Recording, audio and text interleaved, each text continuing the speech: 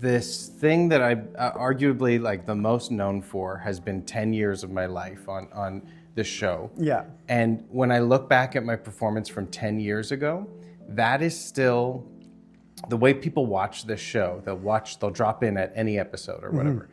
That's still almost as relevant as the work I'm doing right now. Right. And so I still have to hold all the like kind of awkwardness of maybe the first few seasons, or when I was doing Impulse, I really swung far with my character on Murdoch in the opposite direction, so that both of those characters, because I was shooting simultaneously, both characters got more extreme because of each other, right? In two different directions, and then it softened in the seasons after that when Impulse was canceled. It was just like, but because they're all kind of part of the same package, I feel like I'm still carrying that stuff on my shoulders in a weird way.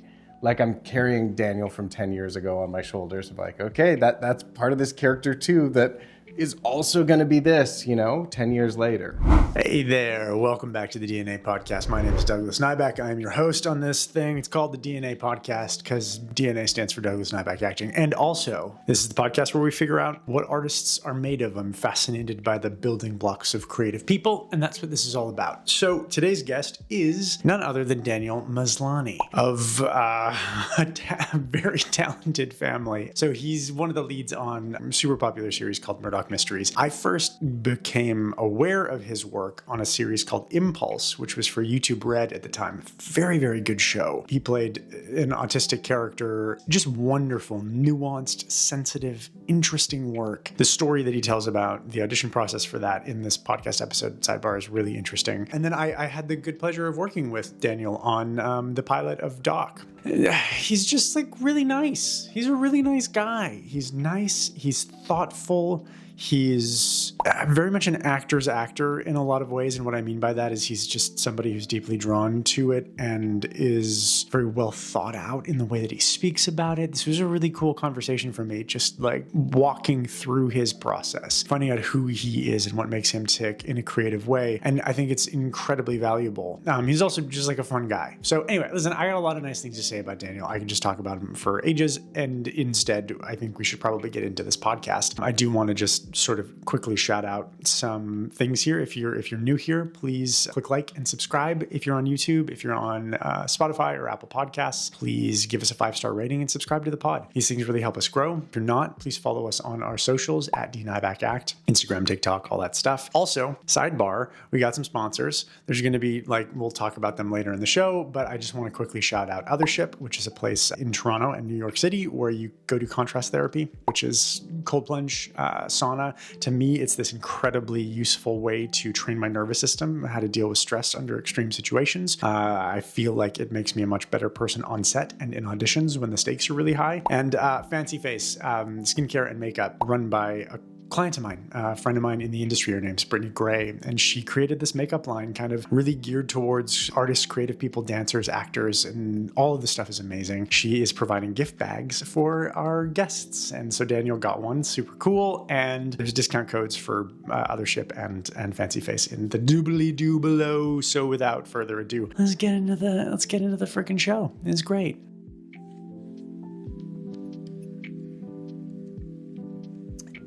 So I first met you, Daniel, I think at an Impulse rap party. And I saw you in that show and I was like, hot damn, he's a good actor. And then I saw you in DOC because we did the pilot for DOC together. And I was like, hot damn, he's a good actor. And it was really cool to get access to you in person. And I just, we keep bumping into each other because we live a couple of blocks from each other. Mm-hmm. And every time I do, I come home and I tell Bree that I saw you, and I'm just like, he's such a nice dude. Oh.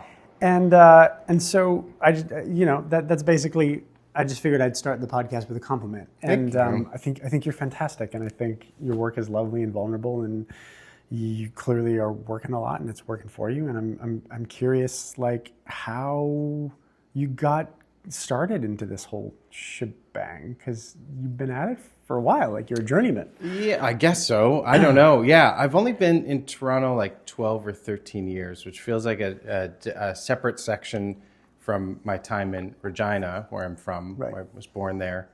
and that was mostly theater and stuff. We had a bit of a film community, and I mean, it was kind of growing, and they built a sound studio there, but then our tax credit got cut, so we lost all that. But I was mostly working in theater there, and so I feel like I have these two chapters of like my time in Regina and then my time here. Right. And sometimes it feels like a very different life, like almost like a totally different career. And so connecting the two, or connecting to people who knew me from that time, it's strange. It feels like a different universe.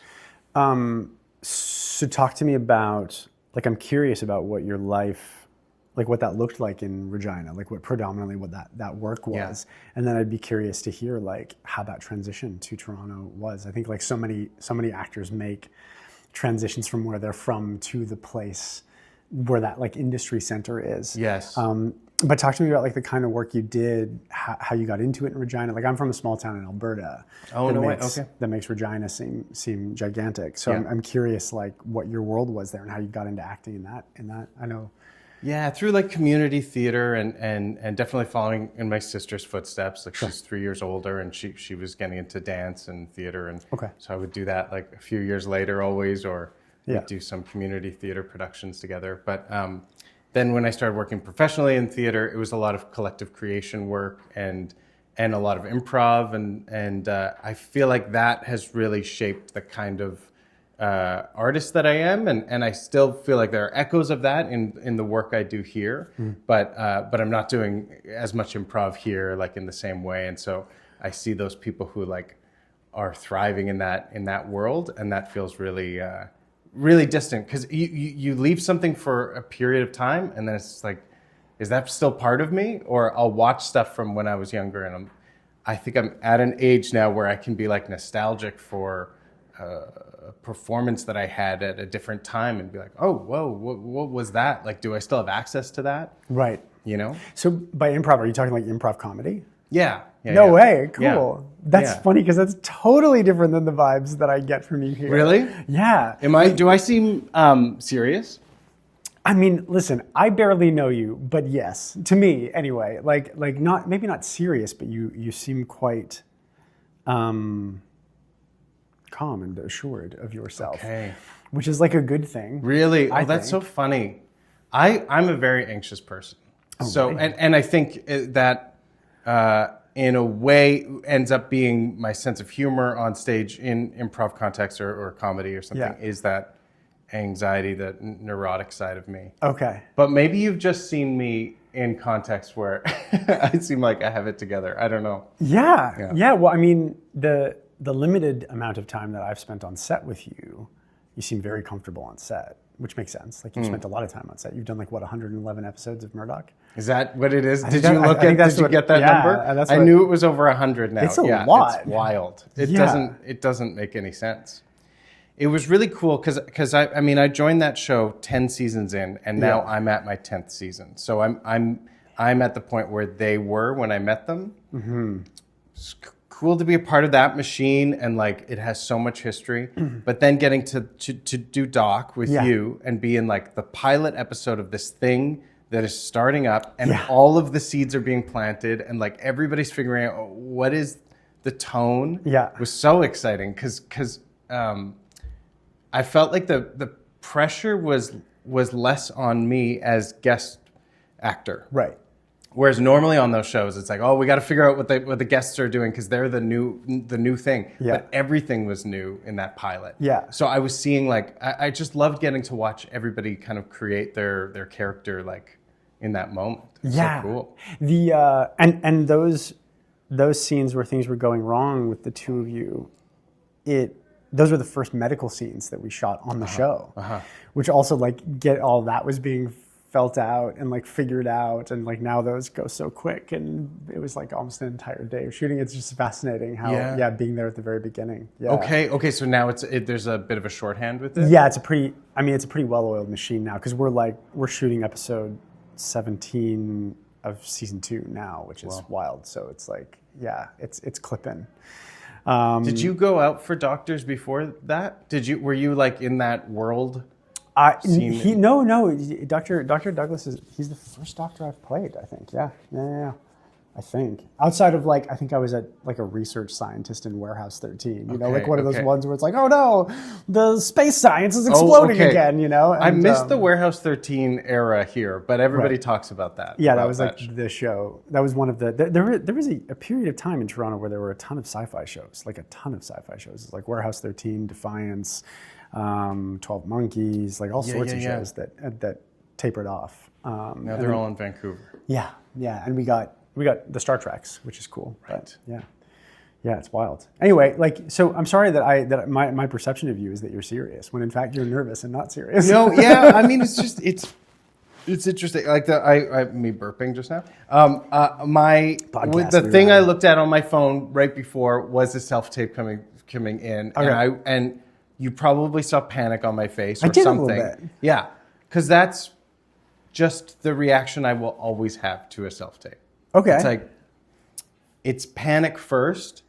It's like the stages of grieving. It's like, it's like panic, it's denial. I can't do it because, okay, I got to look for the reason I can't do it.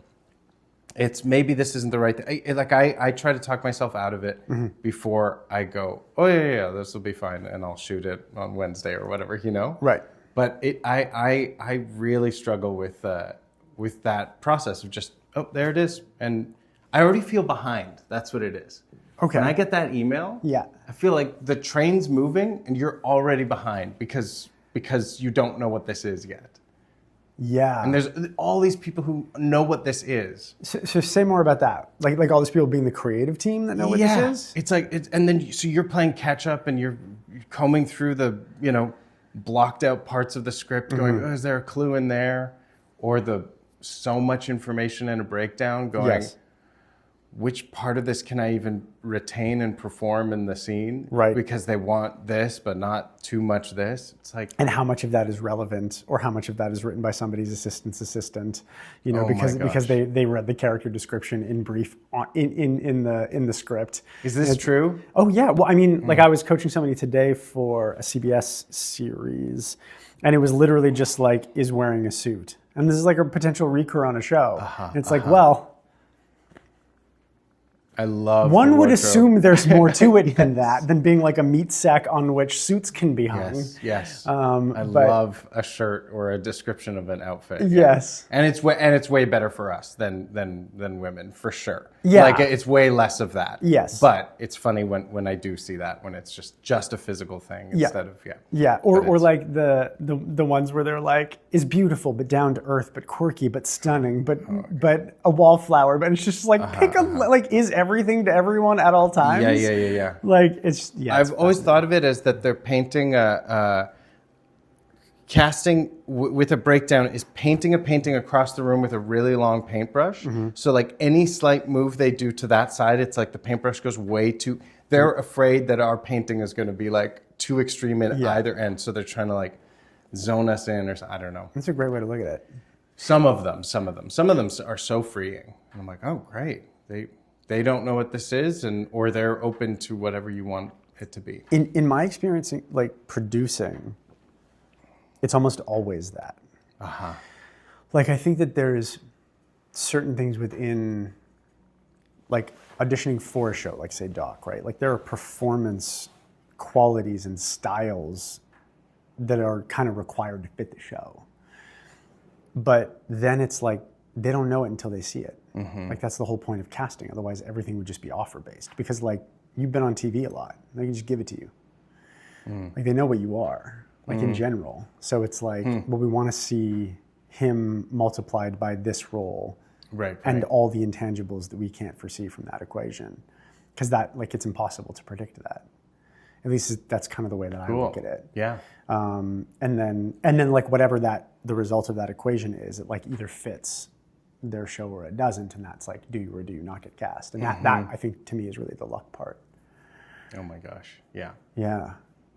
Do you, once like the panic settles, do you get excited? Do you, or is it always like, is auditioning always kind of something to be endured for you? Which is like, I'm not looking for any kind of like whatever feels right. A lot of people hate auditioning. It's a mix of both for sure. It's amazing when writing or something, some detail about the character just opens it up, and then I'm like just excited, Right. or just see the opportunity, versus others where I feel like there's some sort of like thing I'm bumping up against initially with the audition that I'm gonna have to overcome. Right. Yeah. Do you so how much of your time is Murdoch taking? That's a lot chunk. of episodes. Yeah, like it depends on the season. We've had some shorter ones, some. It's like always a different thing, but and I'm not in every episode. Sometimes I can break out and do a thing between or between. I'll have a block off or something like that. So it really depends. But I guess I'm probably not going out as much as I would be if I wasn't on the show. And in some ways, it feels like so much of my time in Toronto has been defined by that show, Right. that I haven't actually experienced the like Toronto actor thing here of like my year is this job, then this, like Right. jumping around as much. Right. And so I do feel like I'm in this little like safe container from that. Sure. In a weird way. Yeah.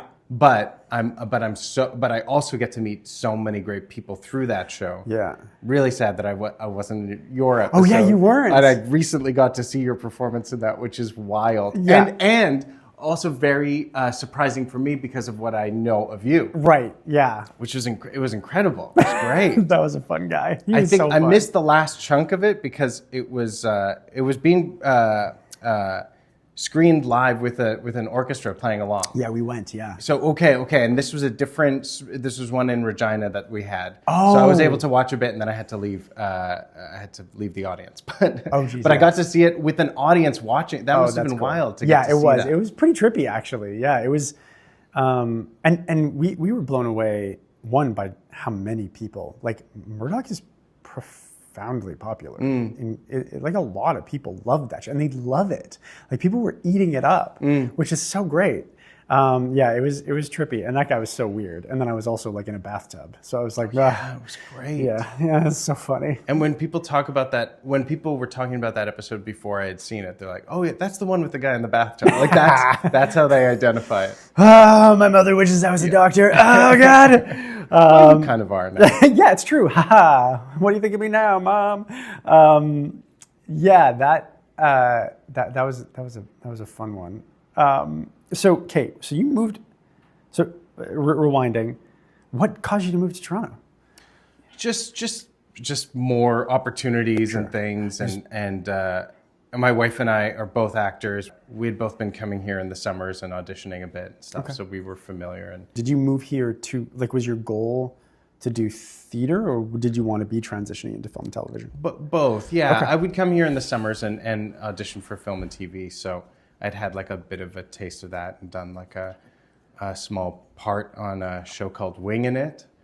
Wingin' It. I used to do loop grouping for Oh, no way. So like all the like kids in the background, I was always like, get out of here. It's yeah. You know, like Okay. Yeah. So I saw a lot of Wingin' It. A bully badminton coach on that. A bullied badminton coach. I was the bully. Okay. A bully badminton coach. I mean, a notoriously toxic sport. Yeah. That's cool. Was that a recur? That was just once. Just get me in there. Have me try to do this song during the credits that I failed at, and never bring me back. Damn. There was a show with a puppet. It had a puppet raccoon in it. It did. Never got to meet that guy. It was totally separate. But that was such a weird show, but it was also pretty fun. Yeah. And it got a bunch of seasons. It did. Yeah. Tween stuff. So how long did it take once you got up here to like find your footing in TO?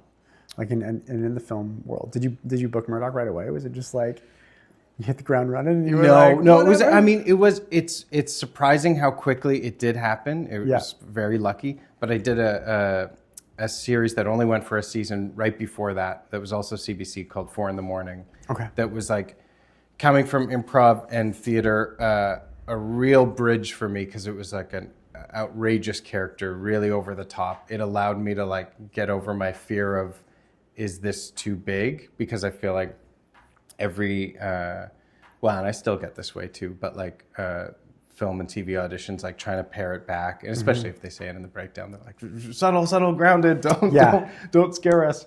would make me just lose. Would just kill the clown and kill like everything that I have to offer. Yeah. So this character was like, let's go for it. It's huge. It's Kramer meets something. It was Kramer meets something, and I did mostly Kramer, I think. But it was really big, and then allowed me to kind of like transition into Murdoch, which is already a little bit heightened, and the character was, and so it was like residual performance from that previous show into Murdoch in a weird way. 4 a.m. What was the premise of that one? I remember it was just like every episode took place at 4 a.m. So we did a month of night shoots, which was amazing. Actually, because it was like nothing can take me away from this moment right now. Shooting. No real life stuff can like interrupt this because it's sleep like the whole time. Yeah, because it's like 3 a.m. Yeah. So and then I auditioned for Murdoch after a night shoot. So we had been up till 5 a.m. and then got to audition. And I actually think it like quelled my nerves because I was just exhausted. Right. Yeah. Was that, correct me if I'm wrong, but the auditions for that were like really verbose? Like it was a ton of dialogue? Yes. And was that a Larissa America? Yeah. Okay, I remember that. Yeah. Because it was just like so much talking. It was before the rules of page count. Yeah, so people were getting like 15 pages of just like, it was stupid. wild, like entire episodes. That's bonkers. Yeah. I was lucky too because I was doing a theater gig in BC on a farm. Okay. When I got to tape for that, I think I even did 2 tapes out in that farm, which was like this like artist like utopia kind of space. Okay. And just like shooting with my wife and feeling like in a real comfort zone versus because the text was so dense and they literally said, don't hold your pages, have it memorized perfectly, like just like nightmare stuff. Yeah. But I'm so glad I wasn't in the room off the bat because I got to like shake off the cobwebs. Right. In literally in this like shed on this farm. Yeah. Yeah. Yeah, I remember. It's funny, like, because in those situations when those auditions come in and they're like, it's like 14 pages or whatever, and it's like dead letter perfect, be totally memorized, blah, blah, blah. I'm always like, okay. So this isn't going to be rewritten even for a second by the time we go from this audition to, like, we're going to treat this like it's a finished product. We have to, but you don't? It's like, I understand the test, but like, can we also all understand that we're in process and your last name isn't Sorkin?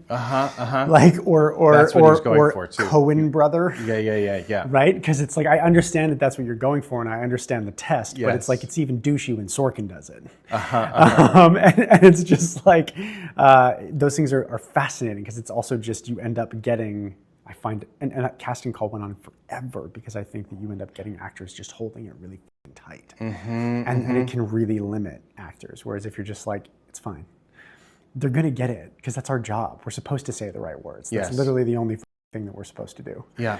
So, but like you get that note. It's like the same thing that you were talking about with the, I'm also not talking to the people who you did a show with. Like, it's cool. The scripts were good too, I should say. But like when people say be really, really subtle, it's like, well, yeah, like I didn't need a fucking note that said act good. Thanks. Yeah. Like what you're doing is you're just making interesting people fucking boring because you're making them afraid. You're like, yeah, be good at it.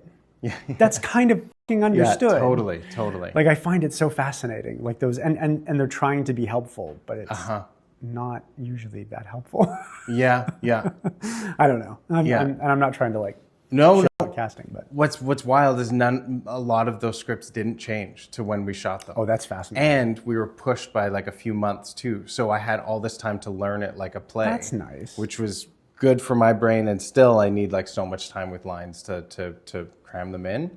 So that was a gift. That's great. And then I take it back. Good job, guys. Way to have a no, but I mean, but it's like, but you shouldn't put that expectation. That's not going to bring the best people in to do their best work or whatever. Yeah, not usually. Like that's like saying be perfect for rehearsal, which is like really not the point of rehearsal. Yeah. And I understand that an audition is essentially like a hybrid between a rehearsal and a test. It is a test, but it's like.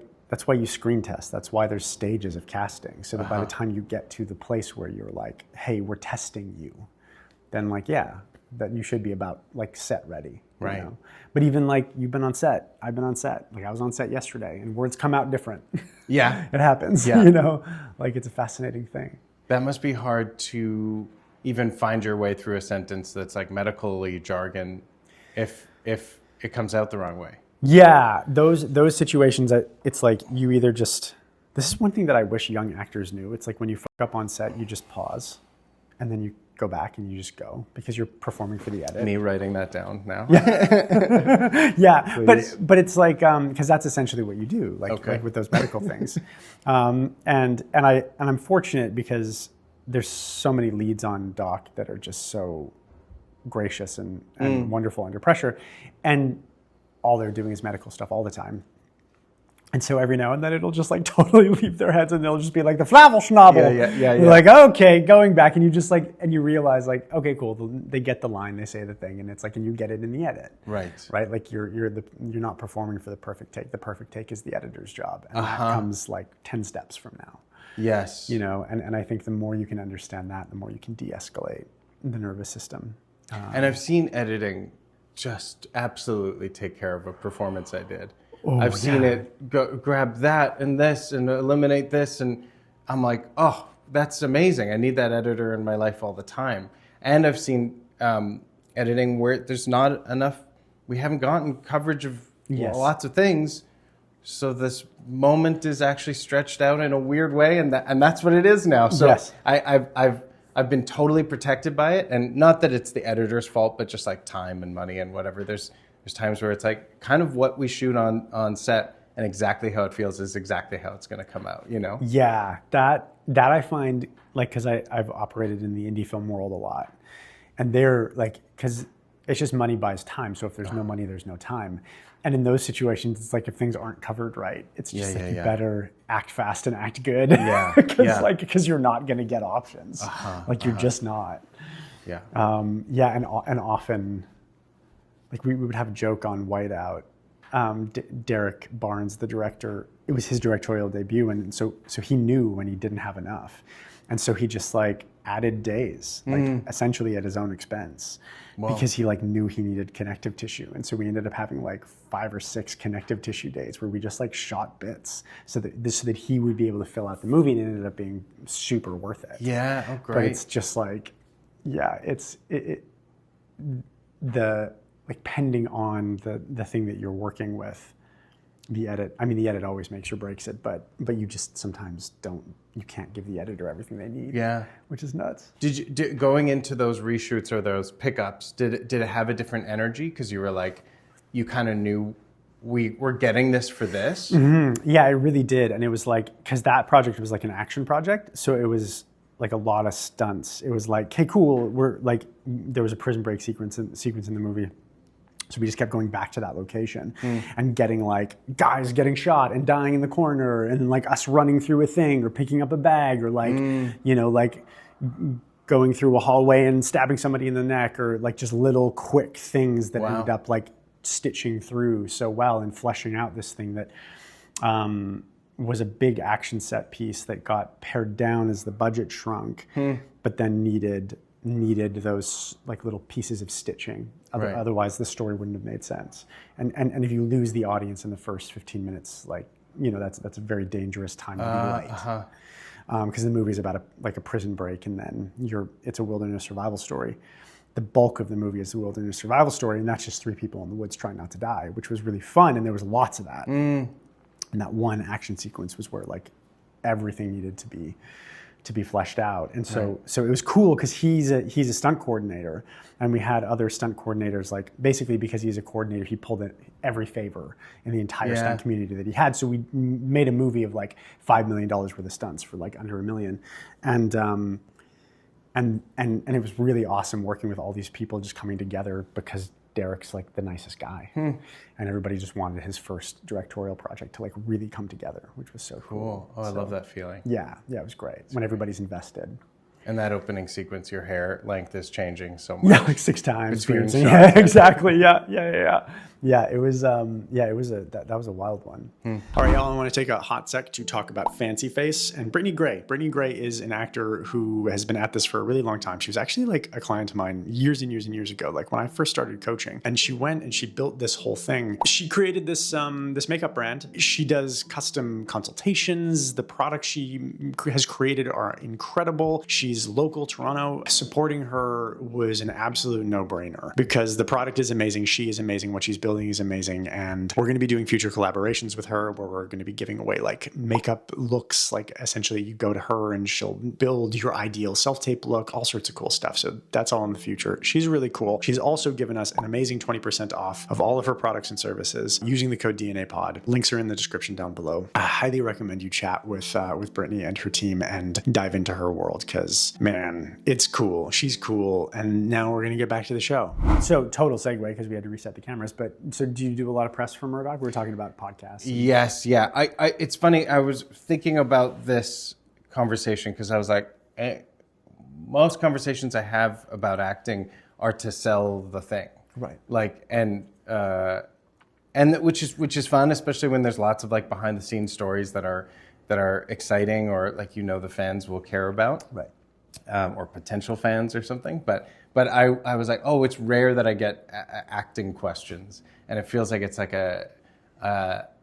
there's not as much interest in it usually when they're trying to like sell the product. Sure, like there's not as much interest in the acting stuff when you're yeah, for sure. Like you go through the EPK questions and you're like, oh, why isn't there something about my process or whatever? But I'm also like, would I want to even share that in that context? I don't know. I always find it like that really interesting because like obviously actors are going to find that super interesting, but it's like, does the audience want to know how the sausage gets made? Because it's predominantly like insecurity, egos, and light, like that's the whole job. Like we're all just trying to like manage it. Yeah.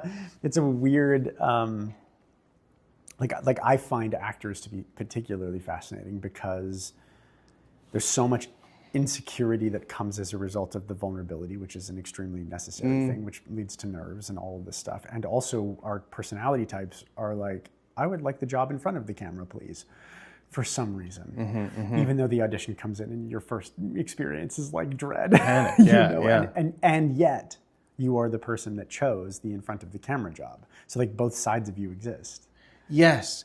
And on some level, I sometimes don't know if I'm not saying like, but on some level, I don't know if I actually really chose the on-camera job. I've been so interested in like film and sound design and just all aspects of making art or making theater, and it's been happy accidents and right place, right time that has led me to this being currently anyway my focus. Right. I feel like 10 years ago it could have gone a few different ways, and 10 years before that it could have gone, and I still feel like it could branch off in a different direction because I do love the directing side and that idea of like being able to control all of those elements and not just like the one person in it. Right. But I think it's been, happy accidents that have led to this. And sometimes I go like, oh yeah, am I that extroverted person that wants to be on camera? I don't always know if I am, It's a weird little, like the idea of being extroverted as a prerequisite for being an actor. Like, I don't know that because I wouldn't say that I'm extroverted, even though I was like, I should start a podcast. Like, right. But I started a podcast because I wanted to talk to the people whom, like, I see you all the time. I have a deep admiration for you. Like, your career is fascinating to me. Anytime I've met you, I've been like, he's really good and he's really interesting. And without this, I don't know that you and I would have ever just sat across from each other and talked for an hour. Right. Like, I don't know that would happen. Like, maybe it would. But it was kind of a facilitation of that. But I don't know that I do know that as soon as I started putting videos on the internet, I became very like, oh my God, I'm putting myself out there. Yeah. And I've been on shows that like millions of people are watching, but it's like I'm so removed from that. Yes. That I don't, it's like it's happening to somebody else. Or it's like it's not like all I'm doing is the stuff that's in front of me. Yeah. Like I don't know if you feel like that. Like I have very little relationship between the work that I'm doing and how it is sent into the world. Like I don't know if that's something that you think about. I mean, kind of. It's weird because this thing that I arguably like the most known for has been 10 years of my life on this show. Yeah. And when I look back at my performance from 10 years ago, that is still the way people watch this show. They'll drop in at any episode or whatever. That's still almost as relevant as the work I'm doing right now. Right. So I still have to hold all the like kind of awkwardness of maybe the first few seasons, or when I was doing Impulse, I really swung far with my character on Murdoch in the opposite direction, so that both of those characters, because I was shooting simultaneously, were both characters got more extreme because of each other, right? In two different directions, and then it softened in the seasons after that when Impulse was canceled. It was just like, but because they're all kind of part of the same package, I feel like I'm still carrying that stuff on my shoulders in a weird way. Like I'm carrying Daniel from 10 years ago on my shoulders of like, okay, that's part of this character too that is also going to be this, 10 years later. Right. Was that at all the question you asked? I mean, but well, here's the thing. Like, that's the beauty of a podcast. It's like, it doesn't matter. Like what you said was very interesting. And I was filming this thing yesterday that I'm new on, and I don't know if I'm allowed to. By the time this airs, it should be okay. Can I talk about it? I'm shooting Boston Blue, which is like, it's airing right now. It's great, cool. great. It's a whole thing. Like, but I just got on it. I won't say anything about who I am. Cool. But I was talking with Sonequa, who was who's the lead of Star Trek Discovery. I don't know if you were on that, but super cool.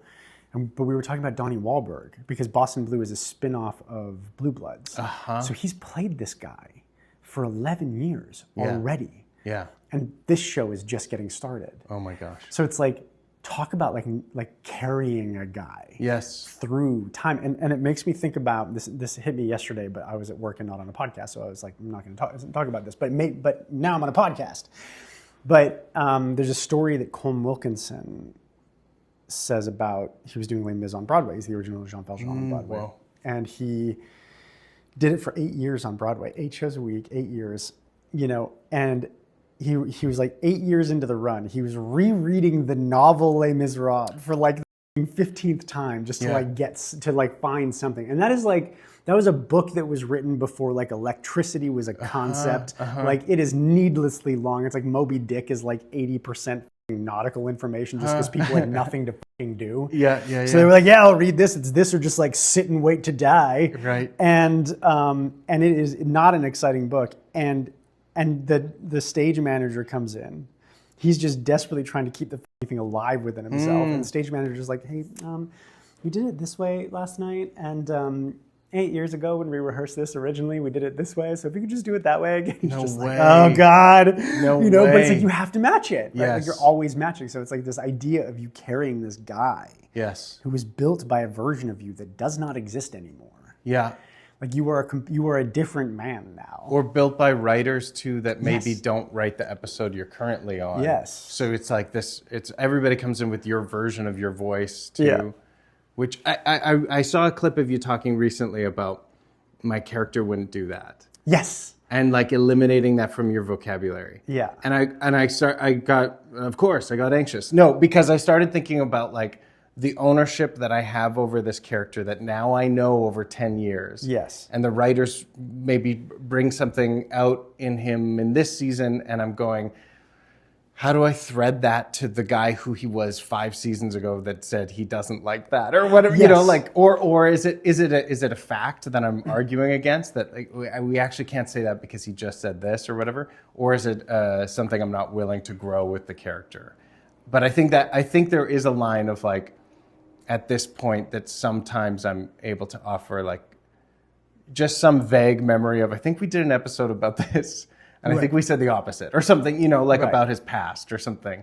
But for everybody, we're like checking the wiki, to the Murdoch wiki, to like see what did we even do 5 years ago. It's so interesting because I made that video and I made it predominantly because I get a lot of like actors auditioning for something being like, no, I don't feel like this person would do that. And I'm like, this person doesn't exist yet. This person literally just, the only things that this person has ever done is what is written here. Right. Or characters who, like, I've coached on some TV shows and like I'll have actors be like, oh, my character wouldn't do this. And I'm like, no, you don't like that is what your character is doing. Yeah. Because that means your character is flawed and you don't like the idea that your character is flawed. But that is what your character is doing, right? You're labeling the solution as the problem, and that has everything to do with you and nothing to do with the story. And when you're 10 seasons deep into a TV show, the odds that you know your guy better than a director who's coming in, or a writer who's new, there is more, hey, this is who we've built up into this point. Yes. But like, listen, Doug from 3 years ago would have drank the hell out of some bourbon, and he doesn't anymore. Like, we change all the time. Yes. Like, this is something, I'm sure you know him, Sean Benson. He and I talked on this podcast about sobriety, and it's a fascinating thing. His life and his journey to sobriety was much more intense than mine. Mine was just like, this is getting unhealthy, and also when I drink, I might be a bit of a piece of shit.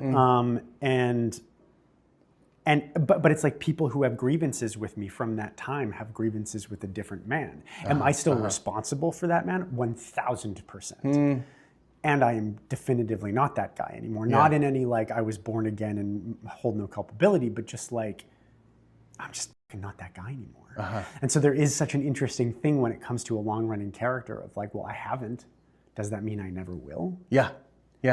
And you're probably feeling that already. Season 2 of Doc. Bit. Yeah. Going, how the writers are actually pushing me in this direction now, and he was so much this or whatever. Yeah.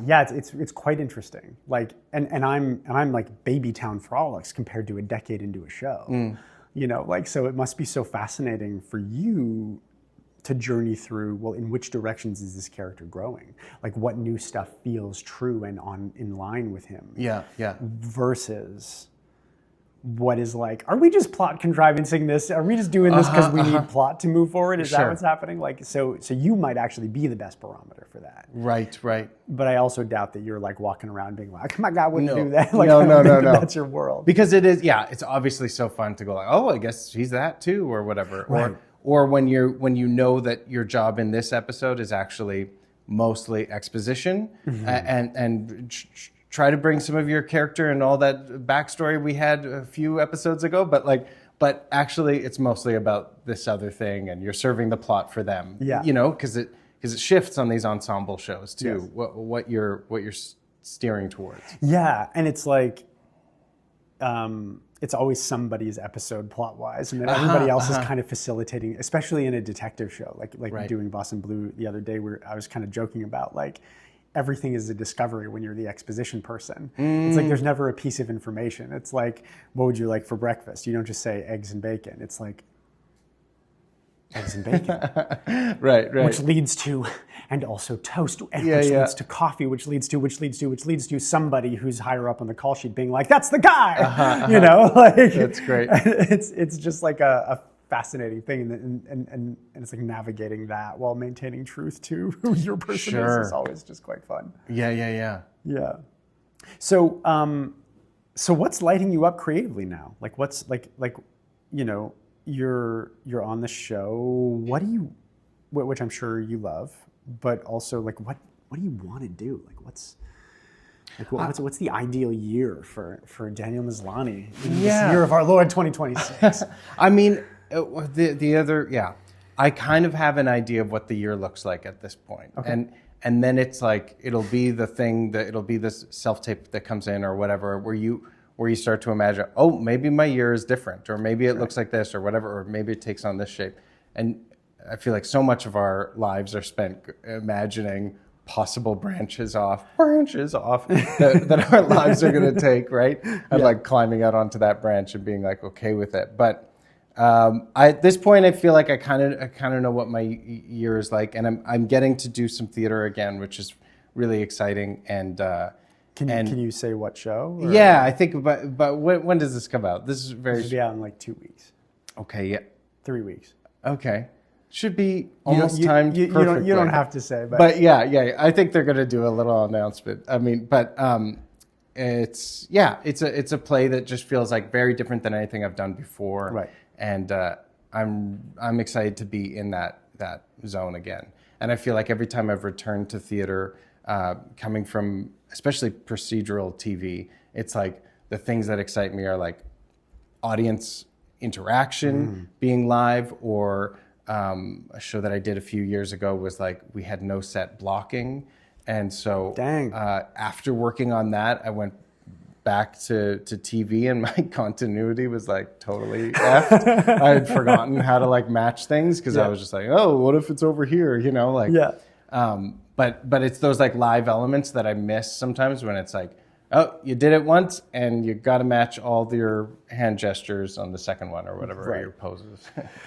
Yeah, that's so like, do you find, like, I don't want to ask you a question as like simple as which do you prefer, film or theater, because they're just such like it's like asking saxophone or clarinet. They're like so different. Do you find going back to theater nerve-wracking? Like you find, yeah? I mean, that's going to be that's everything that you've asked me. It's like, oh, that makes me nervous. Oh, okay, cool, great. Yeah. For sure. Yeah. Makes me, no. It definitely, like, it's nerve-wracking and exciting, and it's a different pace. You're pacing yourself in a different way. I always feel like shooting TV is like every hour it's opening night for 2 minutes, and then it's a weird pressure that we put on these like micro moments. Yeah. And then you're backstage and you're hanging out like you've been running the show for years, you know. And then it's right into tech rehearsal, and then and then you're on stage. Yeah. It's wild. And so if you're used to one seems really fast or one seems really slow and so hyper detailed, and it's just like I think it's just good to stretch and be able to do both. I'm really lucky that I'm able to do both this year. How long is the rehearsal process for this one? I think we got an extra week added. I think we're doing like a full 3-week rehearsal. Oh, process. dang! Yeah, I think so. How luxurious. Although I also forget. I'm like, so what is tech? Are we still rehearsing? I forget like all the way it feels. But I think it'll be. We got some workshop time. It'll be good. It's funny. I remember because I came up doing theater like the Edmonton Fringe and doing community theater in Camrose and all that stuff as well. And I remember like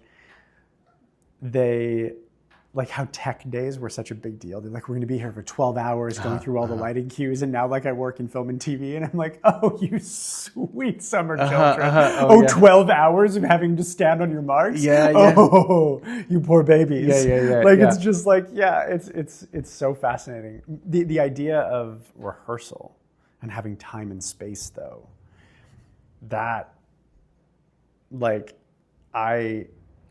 I think that part of my instrument that has gotten so good at like, put me in, coach, it is whatever it is, because that is film and TV. Like, it's just like, we don't have that much time. Like, we just don't. We're just like going to do it once in blocking, and then we just ride. That part of my instrument has gotten so honed. The idea of going to have like 3 weeks to actually develop something almost feels like terrifying to me. Yeah. Really? Yeah, a little bit. Okay, I saw another clip of you talking about that you're paid, you get the money to forget, to leave the choices behind that you've made and not like regret or anything. Yeah. Because all my best ideas come to me, obviously, when I get home after shooting. Of course. I should have done it this way, and then the scene would have made sense and would have like tied that in. And, I could, Or when I've seen the episode maybe or something like that. But you find that you prefer that actually, and that you're more afraid of we have time to dissect every I don't know if I'm afraid of it. I think I would be less comfortable with it because I'm so comfortable with the other thing. Like I love the impermanence, like the immediacy into permanence with film and TV, where it's like, it's just us, we're figuring it out, and then it will be done. Yeah. Yeah. And it's never going to be done again. Like, I think that, and anytime I'm like, oh, I wish I had done it this other way, I end up coming back to, but that's not how it went. Right. And there's something kind of magical about how it went. Yes. Because it was captured. Yeah. Like, I might have liked to have done something differently, but that would have caused, like, in order to do that, I would have had to ignore what was being done. Yeah. And that's not my job. Right. Right. And that's where young actors who are auditioning get into trouble, right? Because they're like, I built this thing, it's going to go this way. And they get really good at doing that one thing, but then as soon as you get onto set, it's like, well, none of that's going to happen that way. Is that because we're outside, we're self-taping, we're outside of ourselves? Yeah. Yeah. So you create this house of cards that works really well when you do it, and there's no outside stimulus, but like, does not stand up to wind, right? Yeah. Yeah. But it looks great when there's no challenge to it. Right. It's funny having those conversations on set about like, let's figure it out.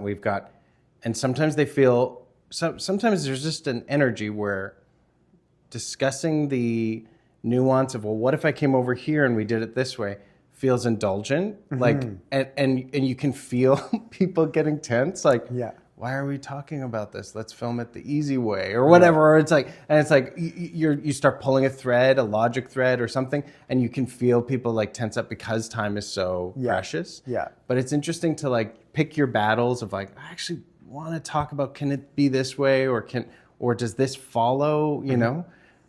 Because it's hard to know like how to divvy up the time on set about what is given focus and what is given like importance. Yeah. And sometimes acting can feel like it's like, come on, just say the words and do the thing, you know? Yeah. And so it feels really embarrassing to fight for a choice, especially if it's like something comedic, because you're going, I think this is funny enough. Yeah. To be, or something dramatic, because it's like, look I think it's better if I'm like lying down or whatever, and like having this scene where I'm like, you know? Yeah. It's hard to fight for those things. Yeah. It's so embarrassing in front of people who are like technicians too. I agree, and I would be lying if I said I didn't feel that as well. I will say that my time producing has made me less sensitive to that. Because everybody else gets to fucking do it.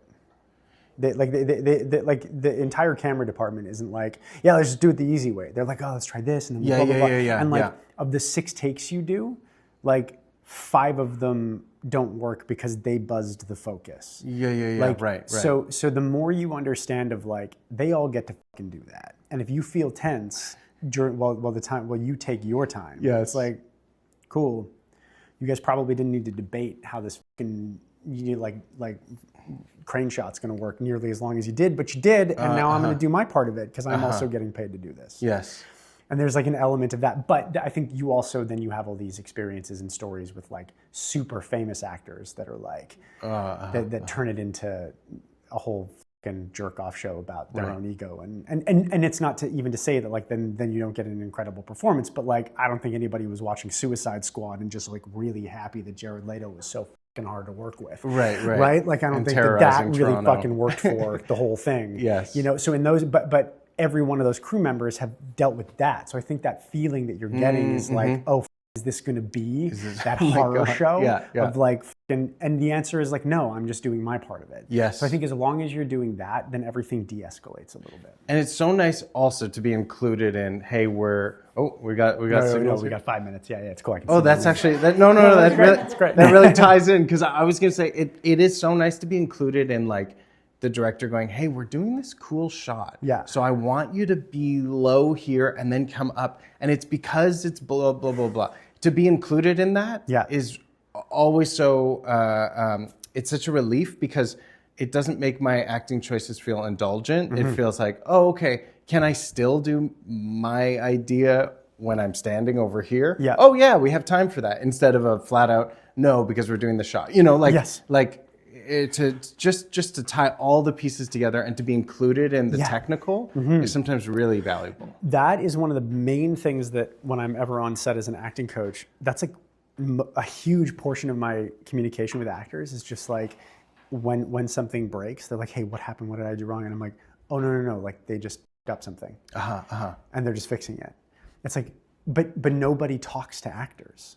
Like there is still this pervasive thing of like feed them shit and keep them in the dark. Right. Actors are like mushrooms, and it's the more that I work with directors on set, because I'll be like right beside them on monitor, and they'll be like, I'll go and give a note to an actor, like they'll tell me what they need from the actor, I'll go talk to the actor, and then it happens, and they just needed to know like, this is what's happening in the shot, this is how it's translating, this is what's going on behind the scenes, it's not about you, and then they're just like, they relax. And then they just give their best work. Or getting them ready, like I'm like, okay, how far behind are we? We're 2 hours behind by the time we get to them on this scene. Oh my gosh. It's gonna be moving really quick, so I go tell them in advance, we're gonna be doing fast acting, so like just get really dialed in and get ready for it. Oh, I love that. You know, and it's just like, if people in production just talked to actors about what was going on, we would be so much more comfortable. We'd understand why and when we can't do the thing that we want to do because we have to, like we're under a time crunch. Or we'd know, hey, in advance, I know we're running a little bit behind. This is something I want to try. I'm going to do it real quick, and then we'll just get it the way you need it because I know exactly what you need right now. But for some reason, people just don't communicate to actors. And admittedly, when a camera op tells me, can you come over here and do it this, I'm like, yes, of course.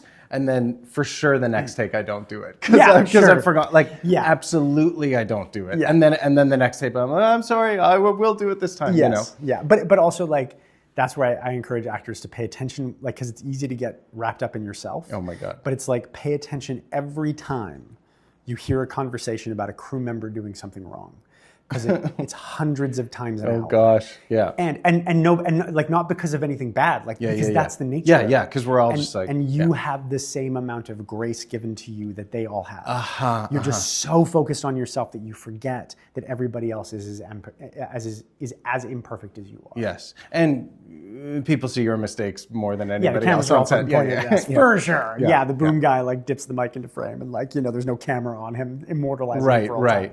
For sure. Okay, I'm going to take a hot sec here and talk about the partnership we have going on with Othership, which is a super cool place. I mentioned them in the intro. I do genuinely go to Othership every Friday. I got sober a couple of years ago, 3 years ago, hot damn. And going there has replaced going to the bar for me. It's a really cool social place. I quite love the process of the sauna and the cold plunge. I enjoy doing hard things, and there's something about the experience that really resonates with me, and it resonates with a lot of actors that I know. So if you're into the wellness journey and all that stuff, you can check out our partnership with them. With the code Douglas Nyback, you can get 11% off all of your classes and packs. There's also a 2-for-1 deal if you're a first timer. So you get 2 passes for the price of 1, which is super excellent. You can use for yourself or for a guest. The links are in the description down below. And you can also get 1 month free of the Breathwork app, which I use very often. Anyway, I quite like these things. And that's why we're partnering with them, because I friggin' enjoy Othership. And I think it genuinely makes my life better, and I think it'll make your life better. So check it out. If you feel so inclined, now let's get back to the show. Appreciate you. I was curious just because, and this is, you can talk about this or not talk about it, to be perfectly honest, because like when it happened was not a political hot button issue, but Impulse playing an autistic character. Yeah. I'm curious because you crushed it. Like you were very good in that show. Thanks. And it was like this weird little moment when YouTube was just like money fauceting like long form content, and your guys' show was excellent. Yeah. And did you get more than one season, or was it just the one season? We got 2. You got 2, right?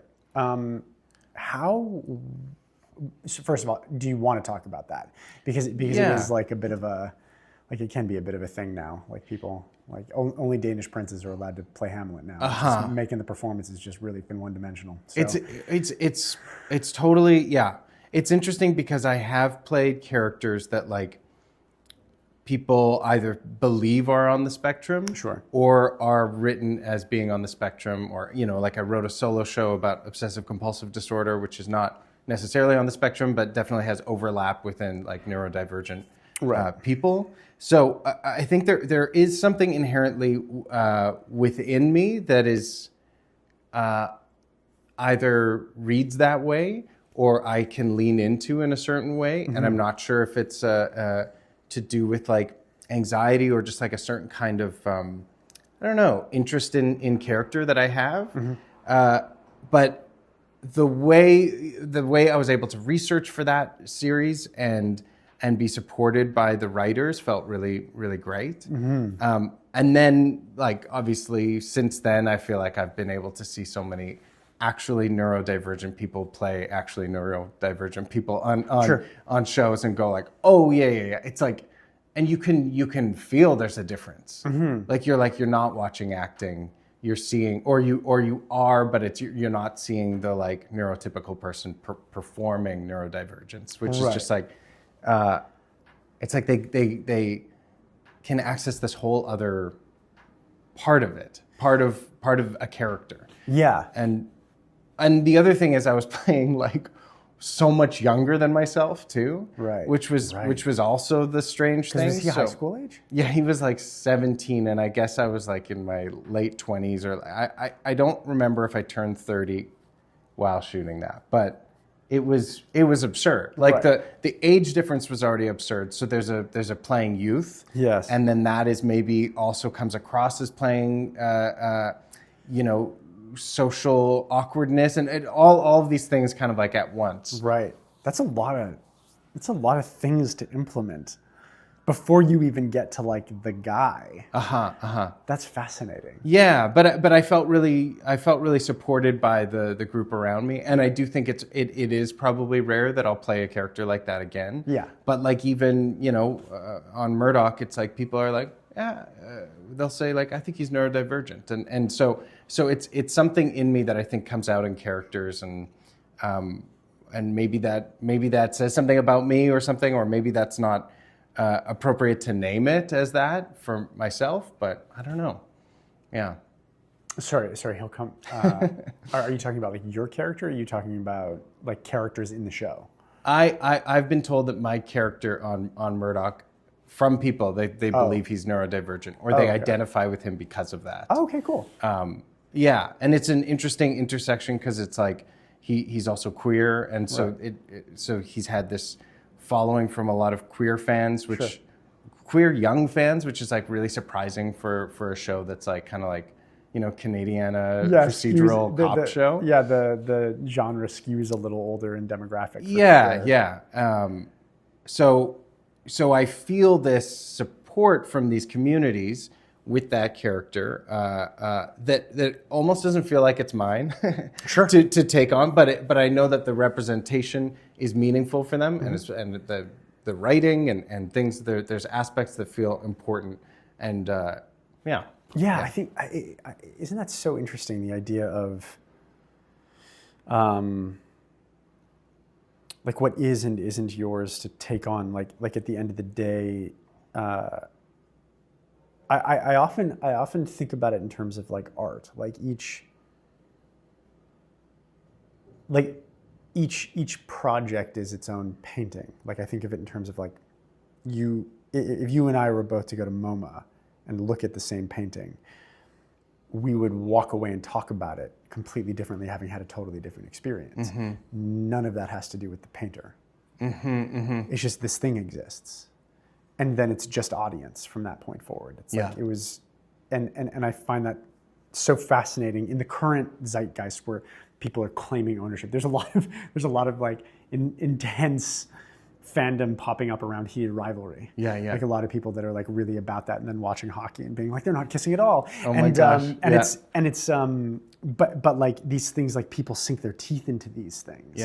And they become more than just the painting on the wall. But they are only ever just the painting on the wall. Like the art thing is just the art thing. It's done. Like you did one tiny like part of it. You are some brush strokes within that. But it's the entirety of all of the brush strokes put together by, and then it's just over. It's just done. And people either like what's on the wall or they don't. And I find that so fascinating when it comes to like the groups of people who end up identifying with and making, like, finding whatever we create to be particularly meaningful to them. It's like really wonderful, but also almost has nothing to do with us. It's their story. It's their connection to it. Because as soon as the art is finished, it's like no longer my painting, it's a painting. What's funny about Impulse in that role is that when I auditioned for it, it was a muscly, tattooed, brooding, like tough guy. So like typecasting. Yeah, exactly. To the max. I went in with a hoodie, and because I was like so tough. and it was 3 lines about a vegan muffin, but the direction was like, don't maybe you have a crush on her, so maybe don't look at her all the time. So I think I was like avoiding eye contact, and then they made the character on the spectrum. Right. And I'm like, what aspect of how I performed maybe avoiding eye contact turned into that and snowballed? Like, I mean, you saying they don't know what the character is until there is something in me that I think can lead to a character seeming on the spectrum or something like that. Sure. You know, like that was there. That it's hard to even like measure what happened there. Isn't it so funny though that like that's a perfect example of just like the miracle of casting? Because like they're like, yeah, like meathead tattooed. Like you and I had a conversation before this podcast started about how we're both too like polite to get tattoos. Yeah. Like it was just like there's a whole friggin' thing. Yeah. And then you go in doing your version of being like theoretically woefully wrong for the breakdown. Yeah. And they're it's like, way too old. And they're like, oh, we should totally just like make it what this guy did. And I don't even know what I did because it was like just like a strong direction that like sent me in which we don't get anymore. But yeah. I guess because was that in person, the audition? Yeah. Yeah, that's so fascinating. And then the character takes shape and is you, and then the writers find your voice, and the writers, you know, like it just becomes more and more you. Yeah. It's fascinating. The question that I tend to end the podcast on, I'm super curious about your answer to this, is if you could go back in time to give just starting out Daniel a piece of advice, what would it be? Cries instantly, immediately breaks down. Just weeps. Have people cried at this moment? I felt. I don't think so. Maybe I'm probably over caffeinated, but that's all right. That's all right. But I think it's to go towards the fun and away from the, or maybe the fear is there, but go towards the fun. Okay. Because I feel like it's going to be one of those usually that is driving choices or choices in general. Yeah. And try to find the fun instead of the fear. Like within the experience of performing, meaning? Yeah, everything, I think. Yeah. Everything. And like obviously I've told you enough that it's clear I struggle with the fear. Sure. Running away from the fear and maybe towards the fun is what my like kind of sweet spot is. Yeah. But just being aware of those two polar opposites, I think. Do you find that now that you've been at this long enough that like you have genuine evidence that like the fear is not going to kill you?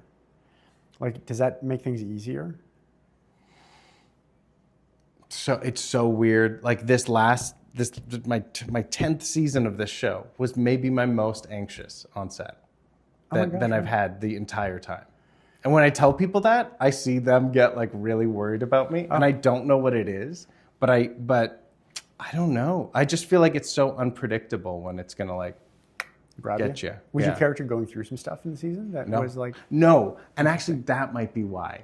Is because there was less to go through. It was we're leaning more towards procedural. Yeah. Maybe better at his job. Like there weren't enough, but yes, moments. It's almost like I'm putting words in your mouth now. So if I'm wrong, I have no ego associated with it. But I find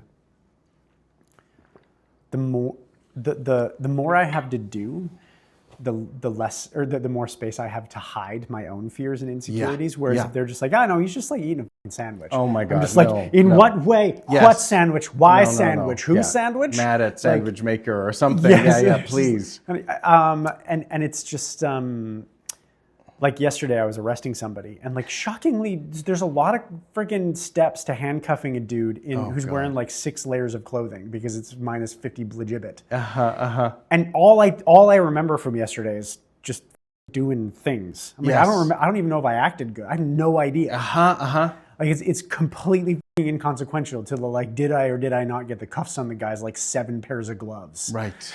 Like that's all I was thinking. And the cuffs don't lock because they're like there to make to look Cool, good and cool. not Yeah, actually. yeah, so it's yeah. just like I'd get them on and then they'd pop off. You'd be like, Mom. And it was just like, so it's like I don't like that is easy. There's no insecurity in that because I'm just like trying to do a task. Yes. And Yes. say words at the same time. But Yeah, then yeah, when it's yeah. just like just me and it's just this, Oh my God. I'm no. just like everyone can see all of my Yeah. Yeah. oh God. Yeah.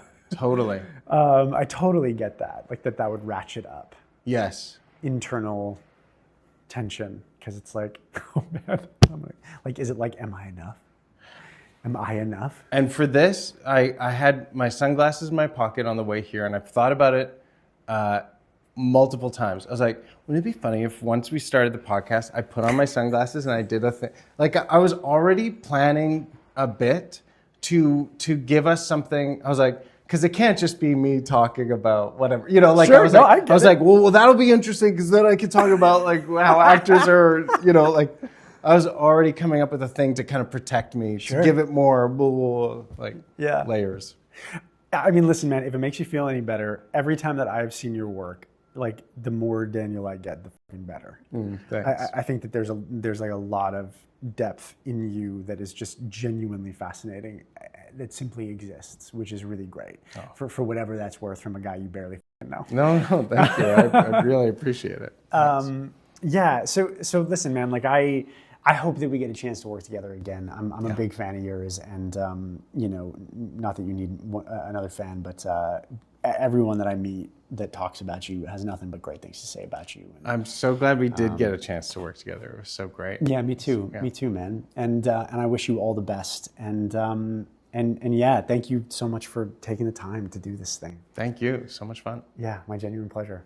Thanks. Look at us. Look at us here at the end of all things. Cool. Thank you so much, dude. Thank you. All right, here you are at the end of all things. Thank you so much for being here through the entire podcast. Man, it's just a delight doing this podcast. It's a delight chatting with these people. It's a beautiful thing having this conversation with Daniel. And I'm grateful that you're here at the end. I'm not going to lie. I'm shooting 2 TV shows right now. It's funny with podcasts how I'm like, I shouldn't talk about myself. But isn't that the whole point of a podcast? I should probably push through this ending outro and move through it quickly, but I'm not gonna, because I'm tired, and I'm just real tired. So I find myself increasingly grateful for this podcast, even on these days where I feel like I'm really grinding through, because it lights me up being here with you all and talking to you and getting to talk to these people, and it means the world to me that this thing exists and that people listen to it and watch it. So, I don't know, if you happen to be here and you're like, I don't know if I've made a difference in anybody's lives. You've made a difference in mine. Yeah. So thanks. As I mentioned before, check out our sponsors in the doobly-doo below. There's a bunch of cool stuff that you would have learned from the ad reads. And check us out on socials, like, subscribe, all that kind of stuff. Share with your friends if you really like it. I really, really appreciate you being here. And, have a wonderful day, week, month. Yeah. If I never see you again, have a great life. Go be people.